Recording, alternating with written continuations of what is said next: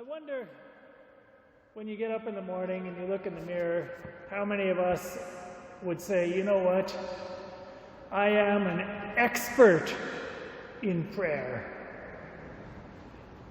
I'm great at praying. It's a good thing nobody's raising your hand, because I would probably give you the evil eye if you dared to do so. Because we all know we're probably all good at a lot of different things in life, but all of us know we're probably not that great in prayer. And even the ones who are good at prayer probably don't think you're that good at prayer, because there's always more you can do. If the standard is so high, unless you happen to be as good at Jesus at praying, you've got a long way to go, right? So, I, for example, and this is not just me, it's not because I'm special, because the same could be said for Father Barton or any of the priests that we live with. I pray about 3.5 hours a day. If you were to stick it all together, the Mass, I've got my morning prayers, meditation, we have the prayer, the breviary, the rosary, and everything. And I do not consider myself not even close to an expert in prayer. I'm probably not even that good at it. And why is that? Because prayer is not a technique or a method, although there are techniques and methods you can use. Prayer is about a relationship with a person.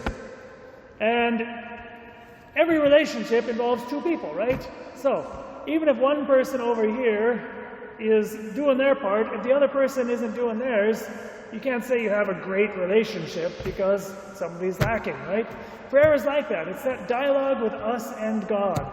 And because God knows that you and I are weak, the second reading tells us, the Holy Spirit, it says, we do not know how to pray as we ought, but the Spirit Himself intercedes on our behalf.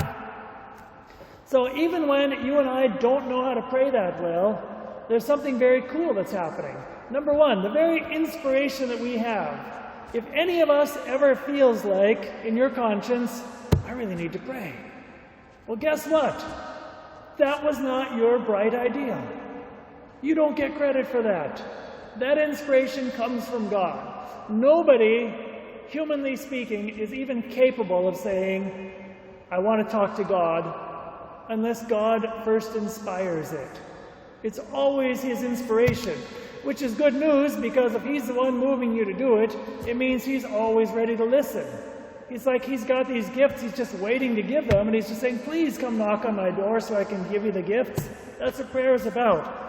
Number two, though, even if we start to pray and we're bumbling around and we feel dry and it's just like this isn't going anywhere, as long as you are making an effort, as long as you are approaching God, the Holy Spirit, this reading says, is praying with you and in you.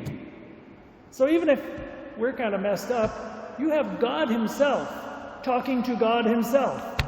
Wouldn't it be great? I'm sure any one of us would be happy if you knew that Mother Teresa of Calcutta was sitting next to you praying for you. You said, I've got an important test, or I've got a job interview, or whatever, or I've got somebody sick in the hospital. Mother Teresa, please pray with me.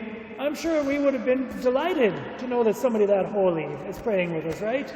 I'm sure we would all say Mother Teresa is good at praying, and all the saints are pretty good at praying. But the truth is, whenever we open up even the door of our heart a little bit to God, God Himself prays with us. God talks to God, because there's three persons, that's the way it works. Now, that is pretty cool. The idea of knowing that when I pray, God Himself wants me to pray, He moves me to pray, He prays with me. He also, it says, intercedes, so that He's behind us in a certain sense, talking to God the Father, saying, hey, you know what, this person probably isn't praying so well, but cut him some slack. I'm here with them. So He's interceding so that our prayer will be better in a sense. It'll look better. Now, that is all pretty cool. You know what would be even cooler than God making up for the fact that we don't pray well? What if this happened? What if God Himself was the one praying, and He says, I want you to plug into my prayer. So I want you to plug into a prayer that is totally perfect. a prayer that is infinite, that has no limit. Wouldn't that be cool? Well, guess what? That's what the Mass is. Every time you go to Mass, this is Jesus Christ's perfect prayer. It is infinite. It is literally impossible for there to be a better prayer in existence than what happens every time we go to Mass. And the reason the Church asks us to go to Mass then is it's saying, this prayer is so powerful, so important, that we want everyone to join it. It's so powerful and so important that in the end we're going to receive communion and enter into the closest possible union that you can with Jesus on earth. So, what is the long and short of it? God, whenever we feel the inspiration of prayer, God is there. He's knocking on our door. He's saying, I've got gifts I want to give you. And there is no prayer that is better than your Sunday Mass. In the name of the Father, and of the Son, and of the Holy Spirit.